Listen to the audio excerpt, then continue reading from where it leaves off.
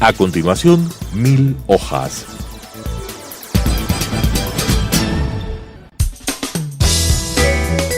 Clasificación B, bajo supervisión de un adulto.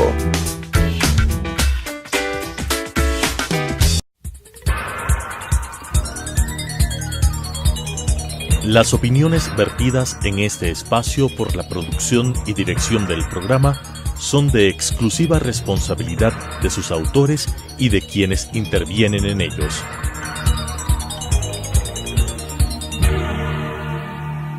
Telesucesos Canal 29 UHF presenta 1000 hojas. Extraer la verdad, preservar la memoria y exigir la rendición de cuentas con la conducción de Cristian Zurita, Catherine Erazo y Marta Roldós.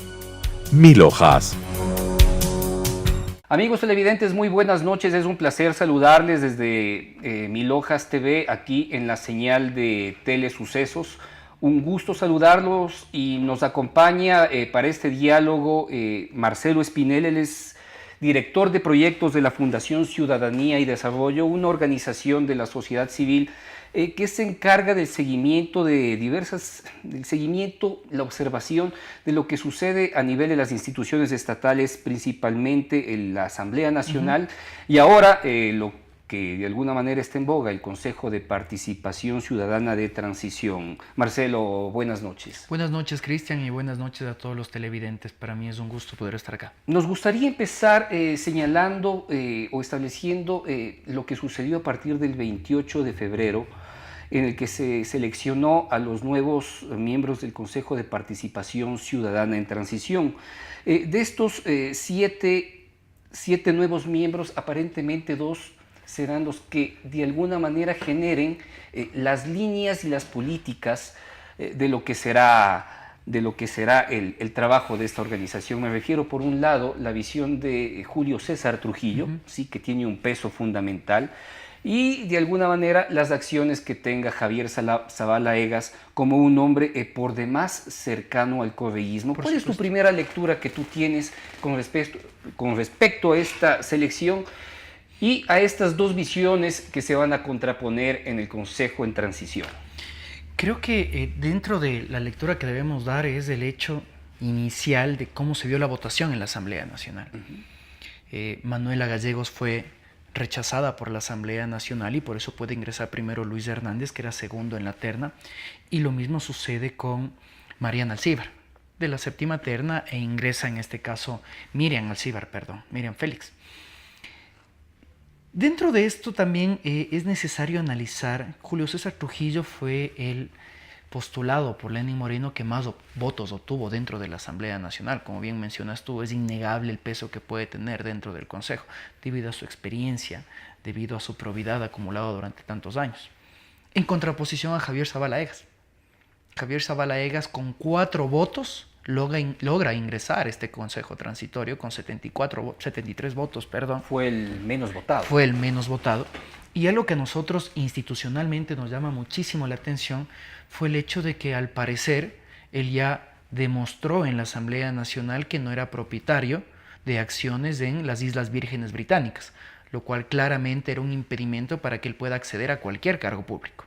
Él tuvo que haber accedido a la superintendencia de compañías, solicitar las aclaraciones. Eso se nos hizo rarísimo, Cristian, porque lo que mencionaron los asambleístas y lo que mencionó el mismo Javier Zavala Egas es que había presentado una declaración juramentada en la que él señalaba que esa compañía había sido disuelta hace 7 años.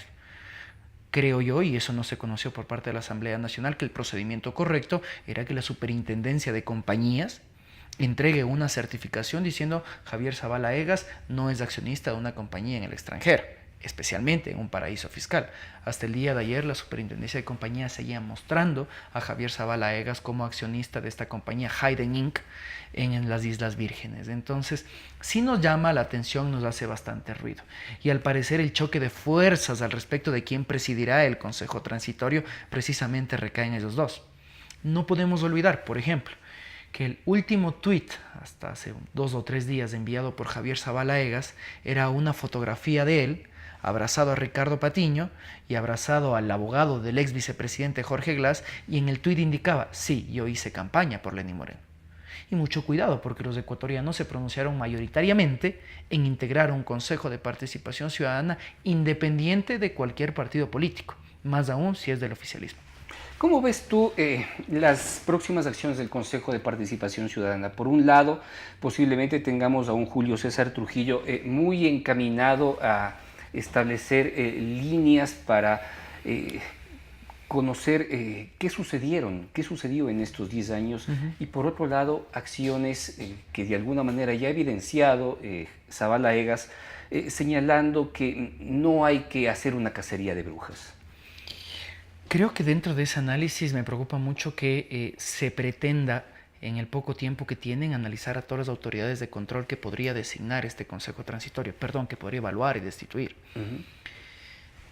De acuerdo precisamente al mandato constitucional, a consecuencia de la consulta popular, el Consejo Transitorio tendrá 6 meses para evaluar autoridades y 6 meses para destituir e iniciar nuevos concursos. Si es que uno se fija en la cantidad de autoridades que podría evaluar, es una tarea titánica que no la va a lograr cumplir. Y creería yo que van a enfocarse tal vez en 3 o 4 prioridades. Si me permites dar mi opinión personal, yo creería que tal vez se van a orientar por designar a procurador. Ojo, no pueden evaluar a procurador subrogante, porque no fue designado por el CPCCS cesado. Entonces tienen que iniciar un concurso para designar un procurador. Tienen que suspender el actual concurso en el cual se está tratando de designar el reemplazo de Pablo Celi para designar un nuevo contralor, y después de los audios que se han filtrado y todas las situaciones, seguramente evaluarán al fiscal y posteriormente tal vez iniciarán un concurso para designar un nuevo fiscal si se decide destituirlo.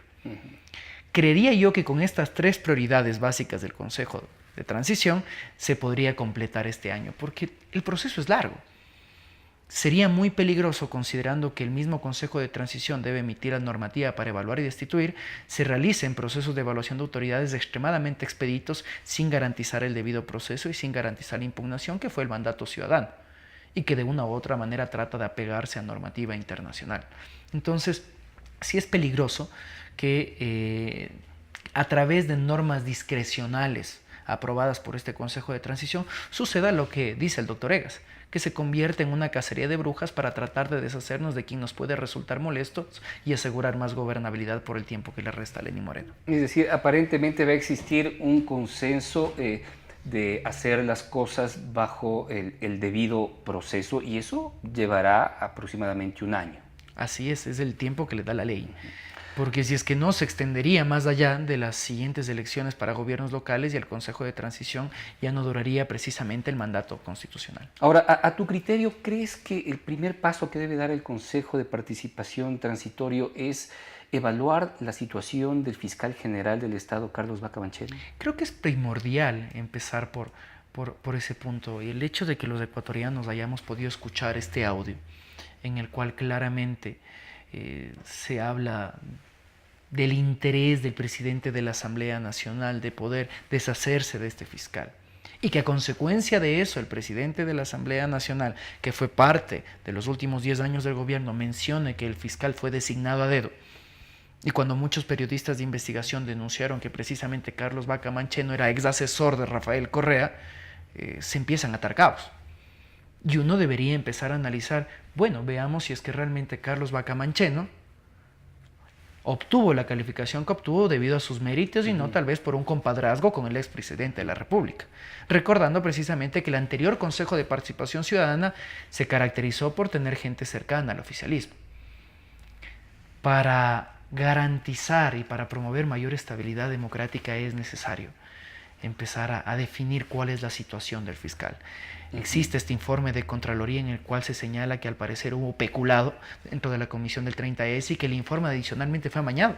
Bueno, es lapidario. El informe y la condición Totalmente. tanto legal como política del fiscal general Carlos Vaca es insostenible. En mi opinión, está caído. Adicionalmente, y algo que me llama mucho la atención desde un punto de vista jurídico, difundir conversaciones en las cuales uno no es partícipe es un delito. Y es así de sencillo. Y el fiscal general de la Nación, de una manera muy abierta, sin ningún tipo de desparpajo, dice, aquí está un audio en el cual yo no intervengo, pero sí hablan de mí. Y eso claramente vulnera la privacidad de acuerdo a nuestro Código Orgánico Integral Penal. Entonces, al parecer, el fiscal lo que está haciendo es tratar de cuidar su puesto, ¿no? Y hemos entrado en un juego en el cual Carlos Polit, con grabaciones, con documentos, está chantajeando de una u otra manera a otras autoridades para evitar procesos de persecución y que de esa manera se genere un caos institucional bastante grande. Bueno, vamos un poco tratando de enmarcar el contexto de lo que será el Consejo de Participación en Transición. La séptima consejera elegida fue Miriam Félix López. ¿Tienes algún conocimiento de ella? Miriam Félix López, cuando nosotros hicimos el levantamiento de información al respecto de cada uno de los consejeros, Cristian, nos llamó mucho la atención que ella era una de las consejeras o de las postulantes menos conocidas. Lo que sí sabemos es que ella, claro, es tal vez la que tiene mayor formación académica, tiene alrededor de 2 maestrías y un título de doctorado. Es parte de una familia que ha sido muy activa en ámbitos políticos en la provincia de Manabí y que también trabajó en el Ministerio de Finanzas entre los años de 1985 a 1998. Y ha estado relacionado mucho al sector de las rentas, de las finanzas, pero no ha tenido un activismo político visible, ni ha dado espaldarazos a ningún gobierno. Entonces, es un perfil que al parecer, y eso creo que fue un reclamo de varios grupos de defensoras de derechos de las mujeres que querían completar la cuota femenina. Recordemos que precisamente la séptima terna era la única compuesta en su totalidad por mujeres. Y claro, tenemos un consejo transitorio integrado por 6 hombres y una mujer. Que de una u otra manera, a pesar de que sí tiene esa característica de ser transitorio, no está en la obligación constitucional de ser paritario, pero sí llama mucho la atención que no se haya considerado esto, ¿no? ¿Qué pasa en el caso de Eduardo Mendoza? Bueno, Eduardo Mendoza, sin ningún tipo de participación política en los últimos años, empresario vinculado al sector de la comunicación, con un programa radial muy conocido en Guayaquil llamado Diálogo, y que siempre ha estado vinculado precisamente al sector empresarial del ramo. Y también fue uno de los postulantes que mayor votación obtuvo. Es interesante el hecho de que aquí se puede rescatar el equilibrio regional y adicionalmente tener a un empresario dentro del Consejo de Participación Ciudadana y Control Social. Y en el caso de Pablo Dávila... Va por la misma línea, ¿no? Pero aquí debe llamarnos la atención que Pablo Dávila ya es cercano a Lenín Moreno, ya fue tomado en cuenta por Lenín Moreno cuando precisamente se constituyó el Frente de Transparencia y Lucha contra la Corrupción a los inicios del gobierno de Lenín Moreno, y que elaboró este informe en el cual se dieron recomendaciones a la presidencia para que se pueda luchar adecuadamente contra la corrupción. Recomendaciones que hasta el momento al parecer no han sido implementadas. Porque obviamente todo pasa por la capacidad de transparencia que tenga un Estado, y si no la tiene, pues sabemos a los que nos... Es muy complejo, sí. Realmente. Comentándote, por ejemplo, nosotros desde la Fundación pedimos este informe presentado por el Frente, pedimos los anexos y seguimos en la lucha de obtener los anexos. El informe de transparencia no es tan transparente como uno pensaría que debería ser. Entonces es una pena porque vemos que al parecer se quedó en el discurso y sigue quedándose en el discurso esta cirugía mayor contra la corrupción. Aparte de Julio César Trujillo y de Javier Zavala, la figura de Luis Hernández, el tercer electo, es tal vez y por su condición uno de los más conocidos. Fue un héroe del CENEPA. Él mismo enfrenta, ha enjuiciado al Estado, intenta hacerlo en la Corte Interamericana de Derechos Humanos por haber sido víctima de Fuerzas Armadas en determinado momento, y ocupó una curul en el periodo de Montecristi. Así es. Así que de alguna manera es un viejo conocido y conocemos de alguna manera su accionar. Claro, un hombre probo, creo, a mi criterio. Sí, comparto contigo. También obtuvo una altísima votación dentro de la Asamblea, obtuvo más de 105 de 129 votos posibles, considerando que el resto fueron en su mayoría abstenciones. El último paso por la política que tuvo Luis Hernández fue candidato a la Asamblea en el año 2009 por el partido de la Red igual. No logró acceder a la curul y esa fue su última participación política. Y aquí creo que tal vez debemos hacer una puntualización. El presidente Moreno, siempre en consulta, promoviendo la consulta, decía que quería que el Consejo sea integrado por individuos ajenos a la política. Creo que eso es muy difícil de obtener y también creería yo que no es sano. De una u otra manera lo que se debe buscar es despartidizar en este caso las instituciones, pero evitar que una persona se deshaga de su pasado político para integrar este tipo de instituciones. Creo que sería un castigo que de una u otra manera desmotiva la participación política de la ciudadanía. Como bien tú mencionas, Luis Hernández es un hombre probo que sí ha pasado por política y eso no tiene que ser considerado como un pecado, sino más bien una muestra clara de interés en los asuntos públicos. El Consejo de Participación en Transición te deja un buen sabor así en lo global. En lo global, para serte sincero, y posición personal, no tanto. Esta integración que no responde a equidad de género, que inclusive no responde a factores intergeneracionales, llama muchísimo la atención. La presencia de Javier Zabala Egas como posible presidente del Consejo también es algo que de una u otra manera genera un poco de ruido considerando su cercanía con el correísmo, y que si es que nosotros hablamos de números fríos, 3 de los 4 consejeros tal vez podrían considerarse independientes. Los otros 4 de una u otra manera sí han sido en los últimos años, en los últimos meses, relativamente cercanos al morenismo, y eso puede generar un desequilibrio dentro de las fuerzas. Creo que el punto más importante ahora es enfocarnos en cuál va a ser la normativa que ellos expedirán para evaluar y destituir autoridades. Recordemos que dentro del proyecto de ley enviado por el presidente Moreno reitera a través de una disposición transitoria que este Consejo Transitorio evaluará y destituirá sin perjuicio de la potestad de la Asamblea Nacional de iniciar un juicio político para destituir a estas autoridades. ¿Y el rumor cuál es? Que el Consejo únicamente evalúe y que la Asamblea destituya. Y la Asamblea, por supuesto, que está totalmente de acuerdo con eso, ¿no? Para no perder este espacio de poder.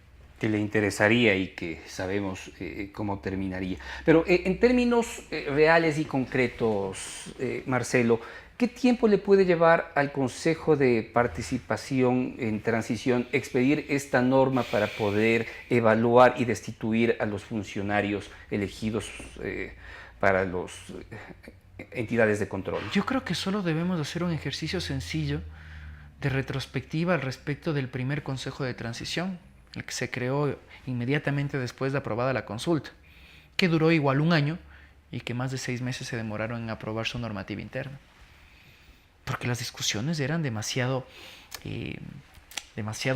intensas, en el sentido de que no podían ponerse de acuerdo de cómo realmente debía trabajar este Consejo de Transición. Bueno, veamos qué sucede en este. Pero era el momento del correísmo que todo lo manejaba y todo lo imponía. Así es. Estamos de alguna manera en otro momento que necesitamos salir del correísmo, y buena parte de los miembros del Consejo de Transición lo saben. Yo también comparto contigo, y esperemos también que esta buena parte de los miembros del Consejo de Transición sean fieles al mandato popular y comprendan que tienen que actuar con total independencia, con total transparencia, y que no se les vengan a imponer normas. Porque ese también puede ser un riesgo que nosotros no debemos quitarnos de la cabeza. Ahí tal vez es cuando se vuelve más importante que la ciudadanía y que los medios de comunicación generen un ejercicio de veeduría sobre este Consejo de Transición. Tal vez vamos ahora al segundo cheque en blanco. El primer cheque en blanco era el sí en la pregunta 3, para que precisamente se integre el Consejo de Transición. Ahora no demos este segundo cheque en blanco de quedarnos como meros espectadores de lo que haga el Consejo de Transición, sino buscar incidir de tal manera que este Consejo de Transición actúe con independencia, porque ahí sí comparto con el doctor Egas, con el doctor Zabala Egas. No puede producirse una cacería de brujas con tal de beneficiar únicamente a quien ahora está en el poder. A ver, es decir, sociedad civil, medios de comunicación no pueden perder de vista este espacio que se está levantando y que será decisorio para todo lo que suceda a futuro. Te estás refiriendo que los medios de comunicación pongan un periodista constante allí que cubra y nos remite información todos los días de todos los medios, y la sociedad civil lo mismo. Lo mismo, en el caso de Fundación Ciudadanía y Desarrollo te puedo comentar que vamos a continuar con estos ejercicios de veeduría sobre las actividades del Consejo Transitorio. Creemos que es absolutamente necesario conocer, por ejemplo, en qué consistirá la normativa para evaluar, si es que llegaran a decidirlo, al fiscal, y conocer qué información es la que está presentando el fiscal de descargo, qué información es la que está evaluando el Consejo Transitorio. Escuchaba el otro día, por ejemplo, el día de mañana, imagínate que van a evaluar al superintendente de economía popular y solidaria, que es uno que no pueden evaluar porque no existe en este momento. Imaginémonos que pueden evaluarlo. ¿Cómo lo van a evaluar? A través de las rendiciones de cuentas que entregaban cada año, que era un documento de 3 o 4 páginas en el cual solo se lanzaban flores. Si van a evaluar al defensor público, resulta que haber patrocinado 20 causas es positivo o es negativo. Se requiere saber que las 20 causas del 80% se ganaron y el 20% se perdieron. ¿Eso es positivo o es negativo? Entonces, esta amplia discrecionalidad que podría tener el Consejo Transitorio al momento de evaluar es algo que a nosotros debe generarnos ruido para hacer presión desde la sociedad civil y decir, hay estándares internacionales al respecto de evaluación de autoridades que deben ser tomados en cuenta. Concepto personal, nos inventamos el Consejo de Participación Ciudadana y Control Social hace 10 años. Concepto personal, nuevamente, creo que no ha funcionado y el invento debería acabarse. Y ahora, en cambio, estamos viendo que nos vamos a inventar normativa para evaluar autoridades y muchísimo cuidado con ese invento, porque puede generar un riesgo o problemas mucho mayores en el futuro. Es decir, es un protocolo de evaluación que debe ajustarse a la justicia y la equidad. En eso vamos a perder un año. O sea, en términos concretos de elaboración de todos estos, todo este sistema que regule la evaluación va a ser largo. A mi criterio va a ser larguísimo, y si no es largo puede ser que sea de una u otra manera una consecuencia nefasta para el Estado ecuatoriano en temas de vulneración de derechos. El otro día discutíamos con unos colegas. Nuestra Constitución, en el artículo 76, numeral 3, contempla el principio de legalidad. Y el artículo 9 del Pacto de San José también contempla este principio de legalidad, que en resumen establece que cualquier tipo de sanción administrativa o penal debe estar contemplada en la ley. Y para el Sistema Interamericano de Derechos Humanos, ley es únicamente aquella emitida por la Asamblea Nacional. Tú no puedes sancionar administrativamente, en este caso la destitución, a través de un reglamento, porque es un instrumento jerárquicamente inferior. Entonces, mi preocupación como ciudadano ecuatoriano es que, claro, existe un mandato constitucional, que todos los ecuatorianos en su mayoría le permitieron a este Consejo Transitorio aprobar esta normativa para evaluación y destitución. Pero esto no descarta la posibilidad de que una autoridad de control destituida presente una demanda ante el Sistema Interamericano de Derechos Humanos diciendo, me destituyeron con un reglamento, a pesar de que existe un mandato constitucional, porque no se ajusta precisamente a la opinión consultiva número 6 de 1986 que menciona lo que te comento. Por eso es que creo que en varias ocasiones hemos exhortado a la Asamblea Nacional que dentro del proyecto de ley reformatorio a la Ley Orgánica del Consejo de Participación Ciudadana se coloque una disposición transitoria en la que se determine claramente cuáles deben ser los parámetros de evaluación y procedimientos de destitución de las autoridades. De esa manera podemos curarnos en salud. Si no, pues vendrán las demandas y todos los ecuatorianos de nuestros bolsillos debemos de estar pagando las indemnizaciones. Es que el principio es tomar decisiones políticas y no jurídicas. Exactamente. Y si es que se lo hace así, pasarán 10, 15 años, puede pasar 10, 15 años, que es mucho tiempo. Pero en definitiva y en concreto el Estado perderá. De acuerdo, yo también estoy totalmente de acuerdo contigo, Cristian. Pues interpretando tus palabras más o menos, exactamente, sí. Pongámonos la mano en el corazón. Si es que nosotros, o si es que el presidente Lenín Moreno quería iniciar un proceso de reestructuración del Consejo de Participación Ciudadana y Control Social y por ende de las autoridades de control, tenía un mecanismo en la Constitución, que era el juicio político. Utilizar a sus asambleístas que responden a su movimiento político y decir, planteemos juicio político contra los consejeros de Participación Ciudadana y Control Social, considerando que ellos no cumplieron adecuadamente el mandato. ¿Cuánto tiempo le iba a tomar eso? O más aún, tratemos de hilar un poco fino. El proceso de negociación que tenía que haberse dado con las bancadas, y una negociación en el buen sentido, el tema de cesión de espacios de poder y demás, habría sido larguísimo. Tal vez infructuoso, desgastante para el gobierno, tal vez duraba 2 o 3 años, entonces por eso es que opta por una estrategia política, que es la de la consulta popular. Y la consecuencia obvia es que ahora el proceso también responde a aspectos políticos y tal vez no jurídicos. No es una condición fácil y sin embargo no es el último tema que tenemos que tratar, porque he dejado para el final el que me preocupa más, y es justamente el proyecto de ley enviado por el Ejecutivo, por el propio Lenin, en el cual establece que la próxima selección de los miembros definitivos del Consejo de Participación Ciudadana más o menos van a ser elegidos por voto popular, pero indirectamente. Exactamente. Porque existe de por medio un tamiz que no lo hace el pueblo, no lo hacen las organizaciones, lo hace una entidad del Estado que es el Consejo Nacional Electoral. ¿Cómo es que se le ocurrió esto al presidente de la República? ¿Y qué hay detrás de esto que en verdad no tiene ningún sentido y que muchas personas han emitido criterios señalando que es lo más adecuado? A ver, el margen de acción que tiene la Asamblea Nacional y que tenía el mismo presidente Moreno es muy limitado. En la consulta popular se planteó que los ciudadanos vamos a elegir de manera directa, universal, libre, transparente, a los futuros consejeros de participación ciudadana y control social definitivos. Pero que quienes quieran ser candidatos deben cumplir con una serie de requisitos.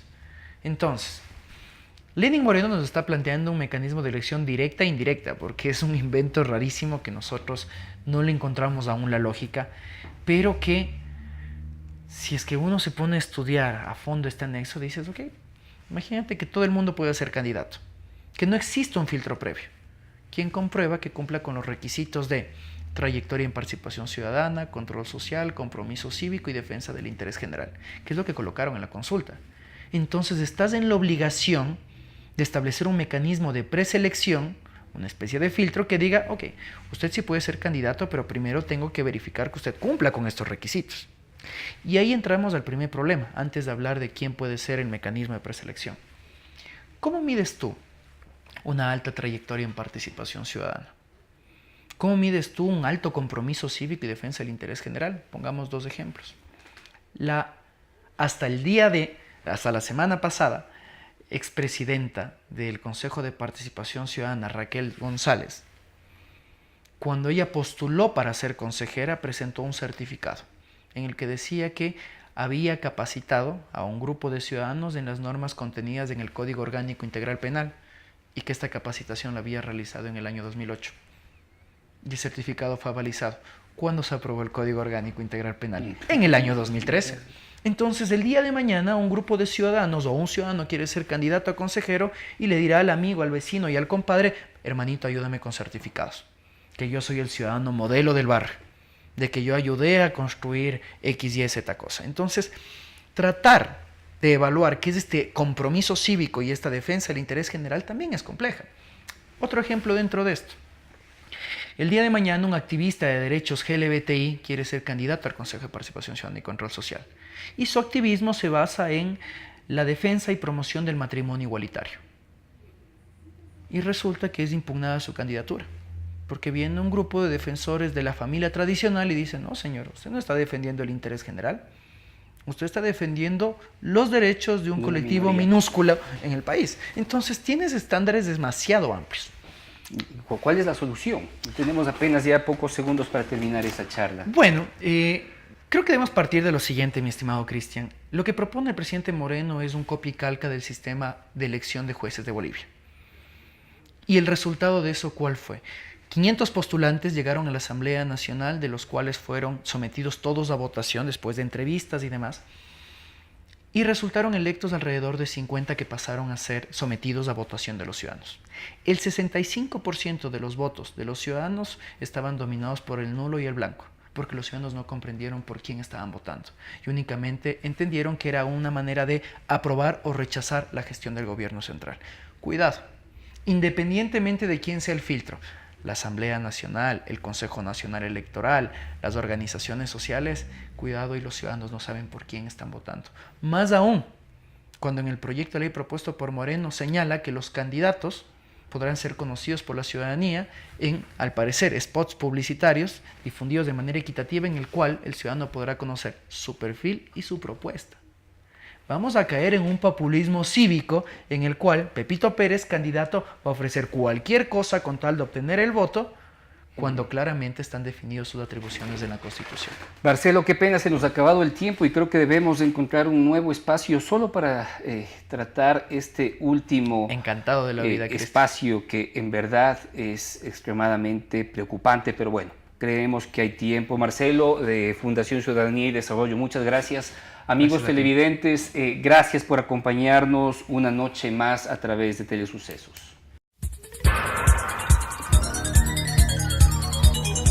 Las opiniones vertidas en este espacio por la producción y dirección del programa son de exclusiva responsabilidad de sus autores y de quienes intervienen en ellos.